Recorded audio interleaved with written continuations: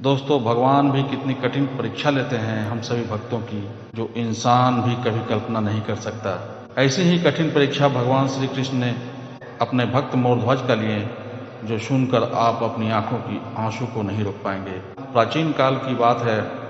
महाभारत युद्ध की समाप्ति के बाद युधिष्ठिर का राज्याभिषेक हुआ और युधिष्ठिर ने राज्याभिषेक के बाद अपनी प्रजा को भोज पर आमंत्रित किया और सभी को भोजन कराया तथा दान दक्षिणा देकर विदा किया। यह सब देखकर अर्जुन को वहम हो गया कि इस धरती पर हमारे भाई युधिष्ठिर के जैसा कोई दानवीर नहीं है। और यही सब देखकर अंगड़ाई लेते हुए अर्जुन ने अहंकार भरी शब्दों में भगवान श्री कृष्ण को बोलते हैं, हे माधव, देखिए मेरे भाई के जैसा आज तक इस दुनिया में कोई भी दानवीर नहीं हुआ। तब श्री कृष्ण बोलते हैं, नहीं अर्जुन, तुम गलत हो। अर्जुन दानवीर के लिस्ट में तुम्हारे भाई सबसे नीचे हैं। अर्जुन को यह बात भगवान श्री कृष्ण के मुख से सुनकर विश्वास नहीं हुआ। तब अर्जुन बोले, हे माधव, मुझे तो विश्वास ही नहीं हो रहा है, कहीं न कहीं आप मुझसे झूठ बोल रहे हैं। तब श्री कृष्ण बोलते हैं कि ये लो दानवीर की लिस्ट, चेक कर लो अपने भाई की नाम। फिर अर्जुन ने देखे कि नंबर 1 में तो दानवीर मोरध्वज का नाम अंकित है। अर्जुन बोले, ये कैसे हो सकता है? तब भगवान श्री कृष्ण बोले, चलो मेरे साथ, ये तुम्हें मैं साबित करके दिखा सकता हूँ। फिर दोनों वहां से साधु का रूप धारण कर चल दिए। रास्ते में जमराज मिले और उन्होंने वासुदेव से इस साधु का रूप धारण करने का कारण पूछा। श्री कृष्ण ने सारी बातें उन्हें विस्तार से बताया। तब जमराज ने भी साथ चलने की अपनी इच्छा को प्रकट किया। तब श्री कृष्ण बोले, हाँ, क्यों नहीं, आप भी चलो साथ में, परंतु आपको किसी जानवर का रूप धारण करना होगा। जमराज बोले, हमें मंजूर है प्रभु। तब जमराज ने एक शेर का रूप धारण कर चल दिए और तीनों चल पड़े। चलते चलते पहुंच गए मोरध्वज के दरबार में। मोरध्वज को पता चला कि 2 साधु उनके दरबार में पहुंचे हैं।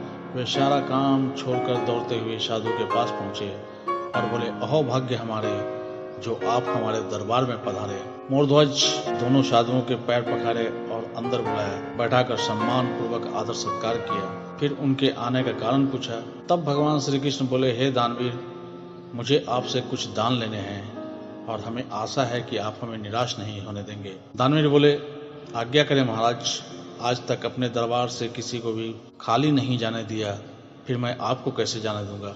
आप मांग करें, मैं तैयार हूं देने के लिए। फिर श्री कृष्ण बोले, नहीं, मैं आपसे कुछ ऐसा मांगने वाला हूं कि हमें आप इनकार ही कर देंगे। फिर दानवीर मोरध्वज ने कहा, ठीक है महाराज, मैं अपने हाथों पर गंगा जल रखकर प्रतिज्ञा करता हूं कि जो कुछ भी आप मांग करेंगे मैं उसे पूरा करूंगा। फिर श्री कृष्ण बोले, ठीक है, आप अपने परिवार के सदस्य को भी यहाँ बुला लें, फिर मैं बताऊंगा।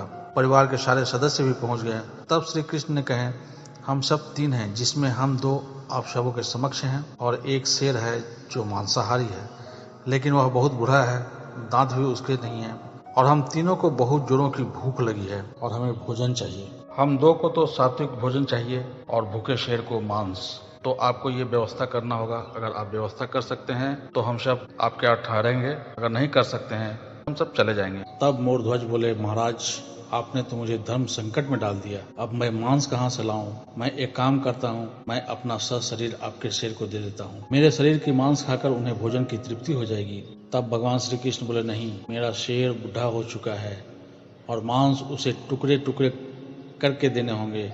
आपका मांस वह नहीं खा पाएगा। आप एक काम कीजिए, आप अपने 5 वर्षीय पुत्र को दे सकते हैं। ये बात सुनकर मोरध्वज और उनकी पत्नी का मानो पैरों तले जमीन ही खिसक गई। फिर मोरध्वज के पुत्र ताम्रध्वज ने कहा, पिताजी, आपके वचन और धर्म के सामने मेरा शरीर का कोई अस्तित्व नहीं। मेरा शरीर को प्राप्त कर किसी भी जीव की अगर भूख मिट जाए, इससे बढ़कर और क्या होगा। अब अर्जुन से बर्दाश्त नहीं हुआ तो आखिरकार अर्जुन ने भगवान से पूछ ही दिए, हे माधव, ये सब क्या माजरा है? आपने क्या मांग लिया? कृष्ण बोले, अर्जुन, तुम देखते जाओ और चुप रहो। राजा तीनों को अंदर ले आए और भोजन की तैयारी शुरू कर दी। भगवान को 56 भोग परोसा गया। अर्जुन के गले से उतर नहीं रहा था। राजा ने स्वयं जाकर पुत्र को तैयार किया। वो भी माता पिता के भक्त था। उसने भी हंसते हंसते अपने प्राण देने के लिए तैयार हो गया था। फिर कृष्ण बोले, एक बड़ा सा बात कि बच्चे का टुकड़े करके दाहिने हिस्सा शेर को देना है और बाएं हिस्से को गटर में डाल देना होगा। इस बात से मोरध्वज की पत्नी अपनी आपत्ति जताई कि गटर में ही डाल देना है तो एक माँ को इतनी बड़ी सजा क्यों महाराज? अगर मेरा बेटा का शरीर से किसी की भूख मिट जाता है तो मुझे गर्व होता कि मेरा बेटा किसी के भला में तो काम आया, किंतु गटर में आधे हिस्से को डालना मेरे समझ से परे हो रहा है। फिर श्री कृष्ण बोले, ये बात अपने वचन से मुकरने का इशारा कर रहा है, अगर इच्छा नहीं है तो कोई बात नहीं, हम लोग चले जा रहे हैं। तब मोरध्वज बोले, नहीं महाराज, मैं अभी एक आरा का व्यवस्था करता हूँ और जैसे आप बोलेंगे वैसा ही होगा।